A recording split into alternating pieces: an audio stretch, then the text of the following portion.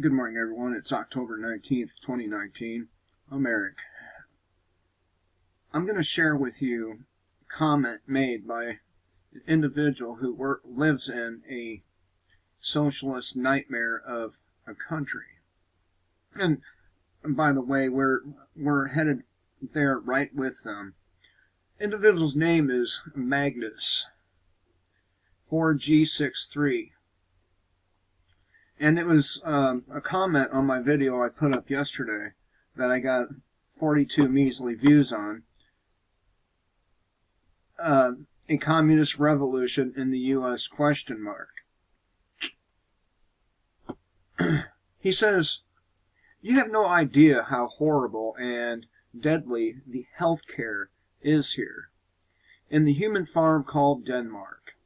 And no one here has any life in their eyes. The state bleeds us dry.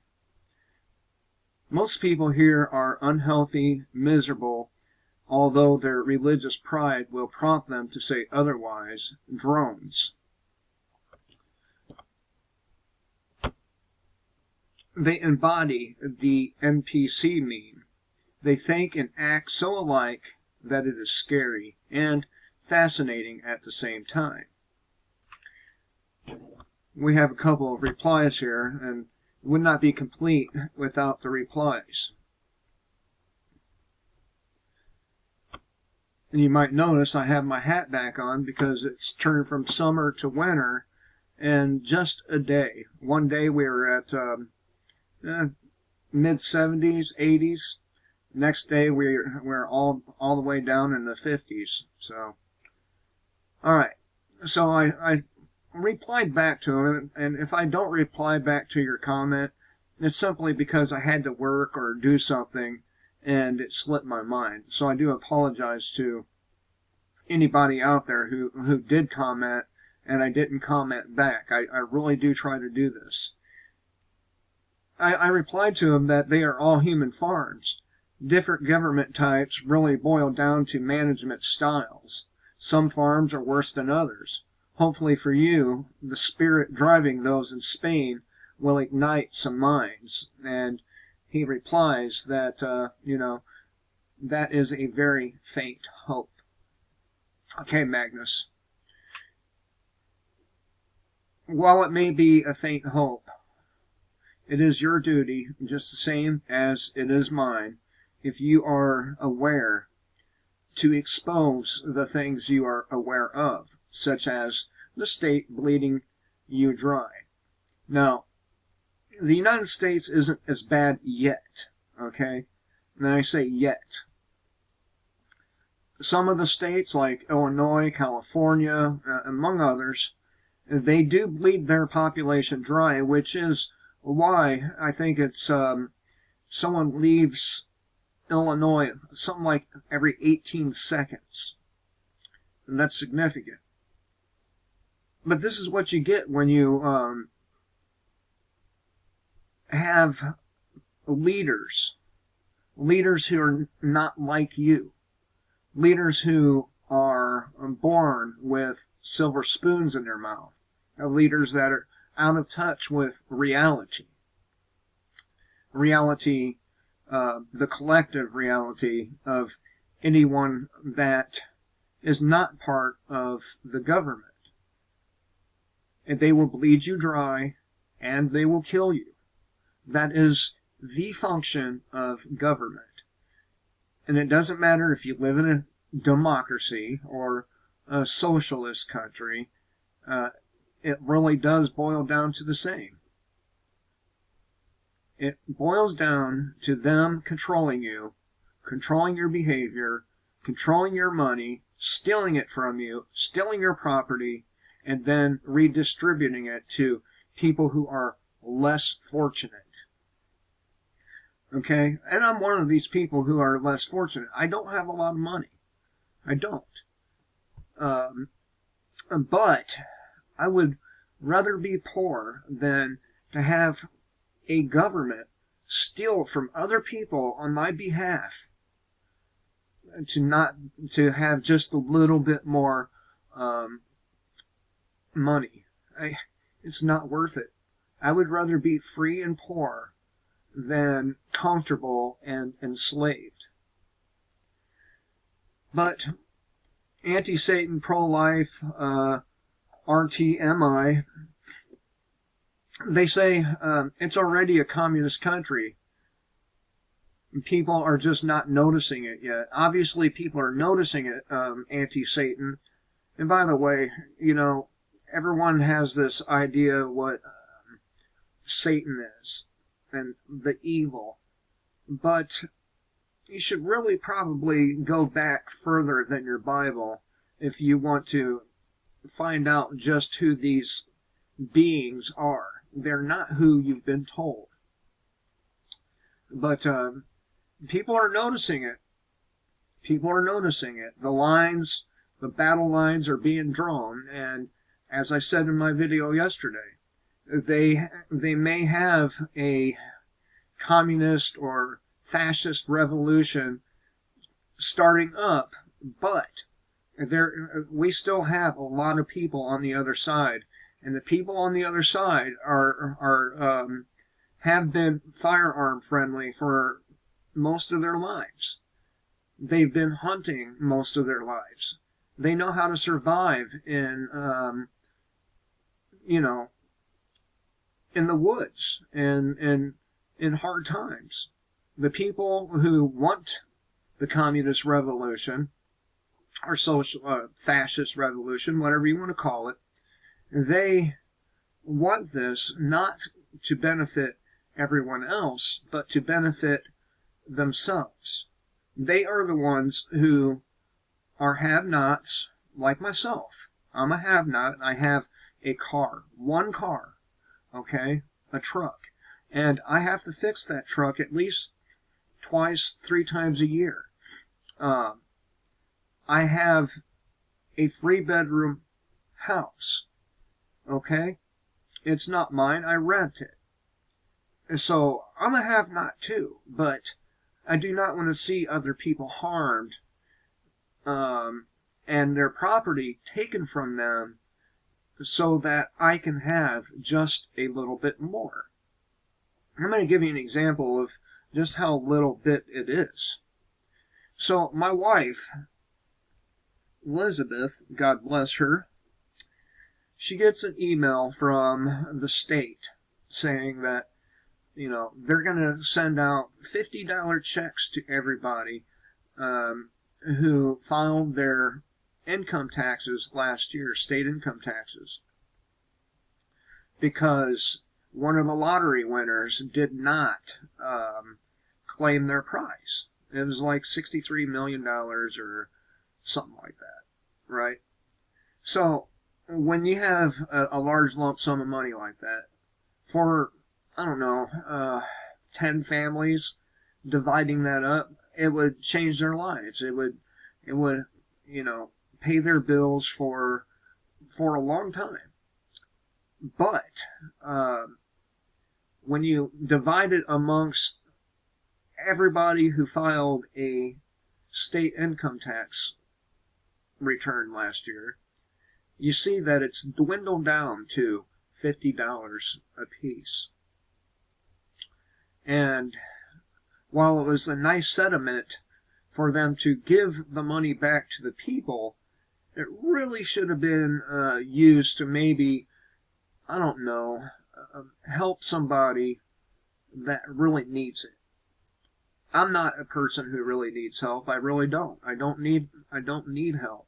Now, if people choose to support my channel through PayPal, I'm fucking grateful for that. But I don't need help. If people want to help me, they will help me on their own free will. I do not need to get on here and beg for money like other channels. If I need money, if I need something, usually it falls right in my lap. So, but the whole purpose of government is to bleed you dry. Liberty Williams. And let me first, this also comes from Magnus. Yes, the Long March is almost over, and it has been very successful. to a point. It's been successful to a point. Yes, they've gotten a lot of arrogant, stupid young people on board. However, a lot of young people who have parents like myself aren't falling for that shit. I spend all of my time with my children. And I wouldn't have it any other way. When I'm not at work, I'm with them. And I homeschool my children. And it just so happens that this week was about government in, what was it? Language arts, of all things. Right? And it does have a lot of brainwashing in it. And every time there's an item that was untrue, I would pause the video, or I would stop reading whatever it was with my child, and I would explain to them how it's not true. And with parents out there like that doing things like this, anyway, there's going to be a major opposing force. But Liberty Williams said, we already have the 10 planks of the Communist Manifesto, and we do. So we're going to talk about those 10 planks so you know just where we are. Now, I replied to Liberty Williams. I said, yes, sir, I covered that a few months back, and I did. However, probably should be covered again so that everybody knows exactly where we are.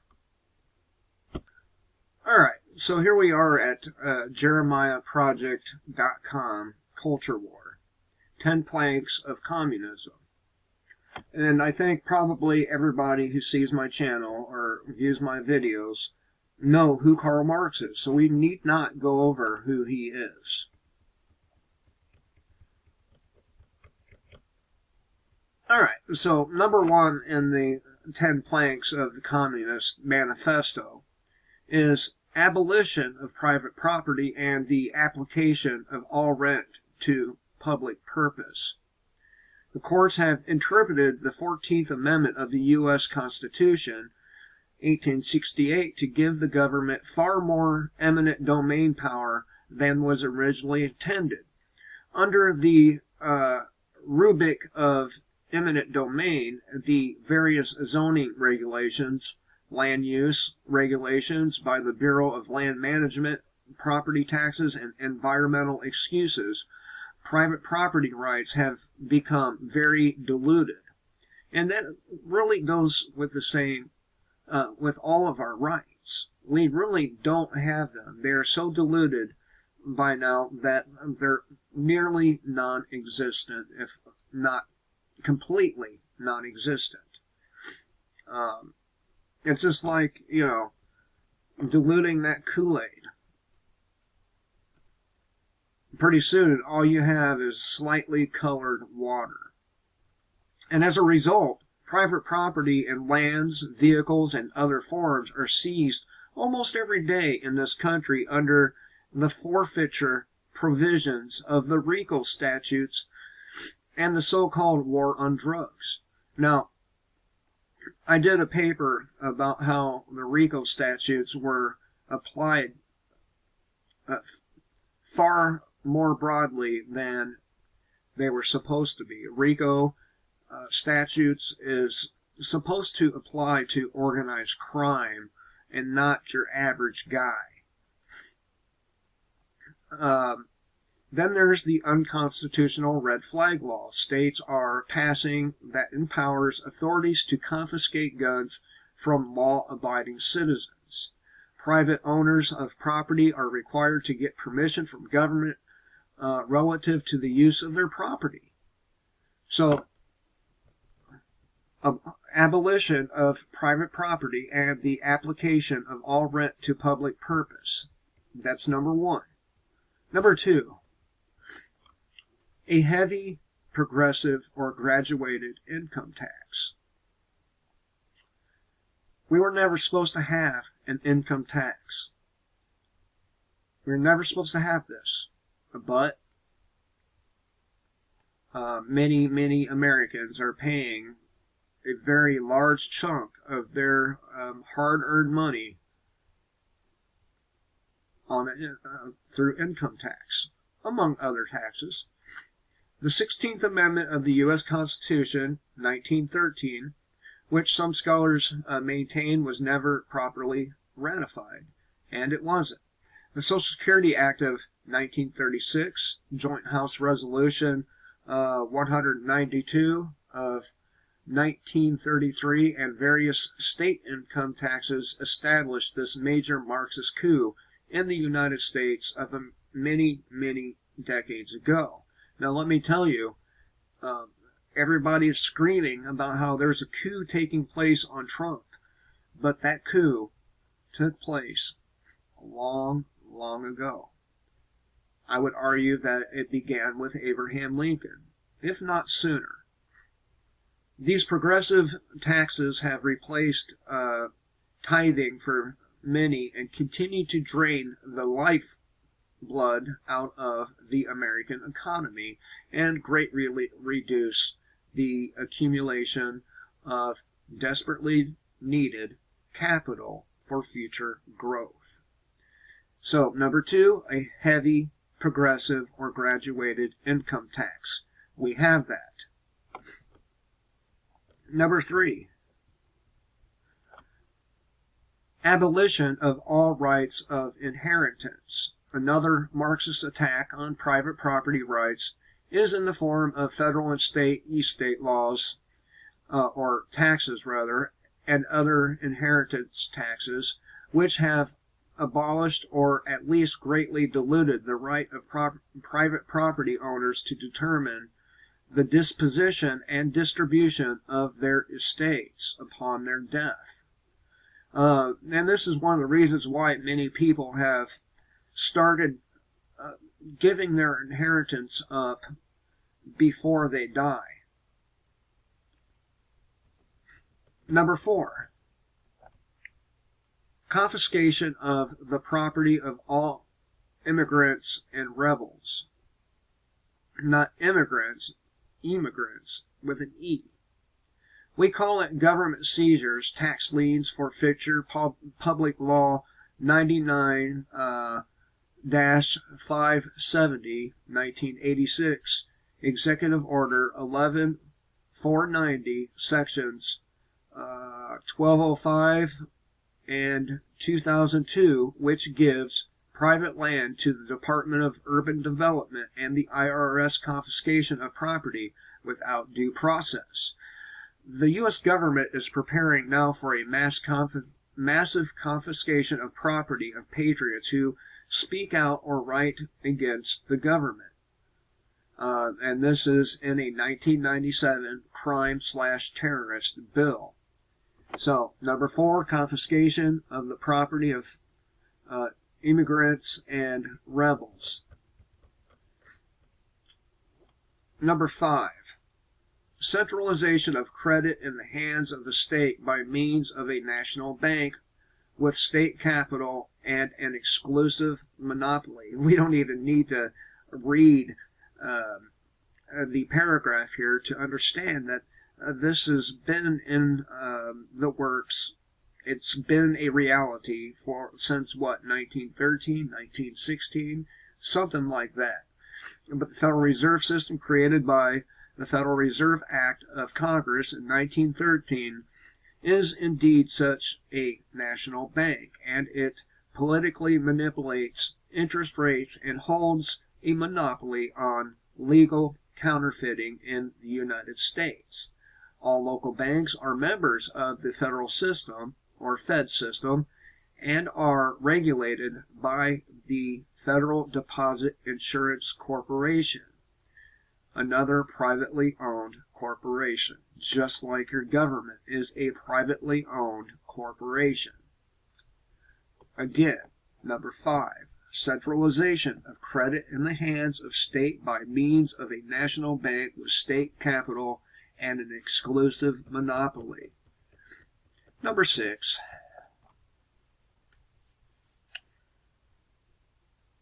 Number 6. Centralization of the means of communication and transportation in the hands of the state.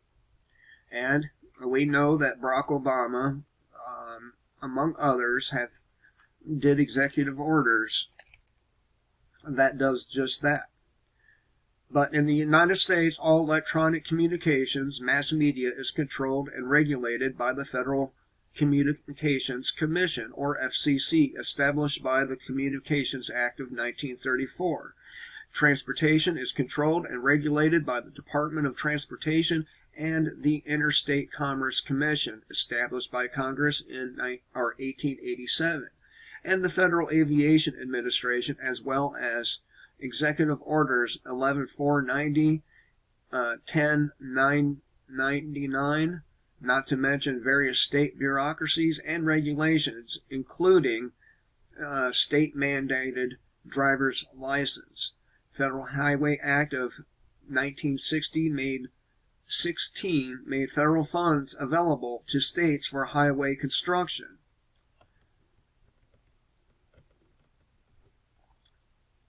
Interstate Commerce Commission, given authority by Congress to regulate trucking and carriers on inland waterways, 1935 through 1940. There is also the federal postal monopoly, Amtrak and Conrail, outright socialist, government-owned enterprises. Instead of free market private enterprise in these important industries, these fields in America are semi-cartels through the government's regulatory industrial complex. Yes, there's a lot of these complexes. Regulatory industrial complex, the industrial complex, the military industrial complex, the school industrial complex, the medical industrial complex, the prison industrial complex, and I could probably go on to name at least a dozen more. Number 7. Extension of factories and instruments of production owned by the state, the bringing into cultivation of wastelands, and the improvement of the soil generally in accordance with a common plan. All right, number 7. We call it corporate capacity. The Desert Entry Act and the Department of Agriculture, as well as the Department of Commerce and Labor, Department of Interior, the Environmental Protection Agency, Bureau of Land Management, Bureau of Reclamation, Bureau of Mines, National Park Service, and the IRS control of business through corporate regulations. The the Agriculture Adjustment Act of 1933 provided that farms will receive government aid if and only if they relinquish control of farming activities. Which is why a lot of those farmers out there are not happy to be getting government money from Trump. I think probably he may end up having a very hard time being reelected as a result of losing those votes, but I digress. Number 8, equal liability of all to labor. Establishment of industrial armies, especially for agriculture. We call it Social Security, a social welfare scheme that takes the place of strict liability and individual responsibility and violates the 10th commandment by appealing to our lust and greed. Some may call this income redistribution, but the Bible calls it covetousness and theft in violation of Exodus 20:15-7. This and other social programs have enslaved us and future generations with a national debt that can never be repaid, and inflation caused by the Federal Reserve has caused the need for a two-income family. And of course, this need has had dramatic effect on the households and the upbringing of children. Now, instead of people being responsible for their children, they are dropped off to a day prison where they are trained to do as they are told and to react to the ring bells. But the Department of Labor and its seen in minimum wage and slave labor, like dealing with our most favored nation trade partner, i.e. Communist China, women in the workplace since the 1920s, the 19th Amendment of the U.S. Constitution, the Civil Rights Act of 1964, excuse me, assorted socialist unions, affirmative action, the Federal Public Works Program, and, of course, Executive Order 11000. And I almost forgot, the Equal Rights Amendment means that women should do all work that men do, including the military, and since passage, it would make women subject to the draft. And one of my subscribers, Beta Talk 357,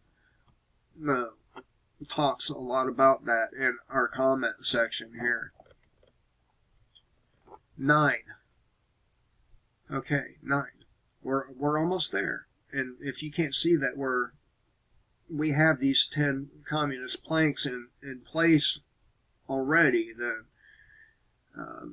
I have a padded helmet to give to you. Number 9.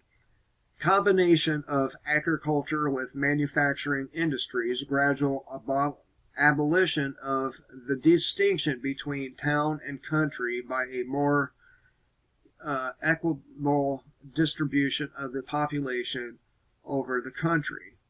We call it Agenda 21. The Planning Reorganization Act of 1949, zoning, Title 17, 1910 through 1990, and super corporate farms, as well as Executive Orders 11647, 11731, 10 regions, and Public Law 89-136, food processing companies, with the cooperation of the Farmers Home Administration foreclosures, are buying up farms and creating conglomerates. Number 10.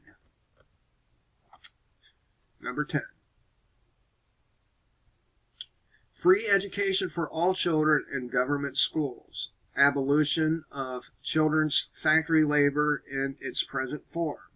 Combination of education with industrial production.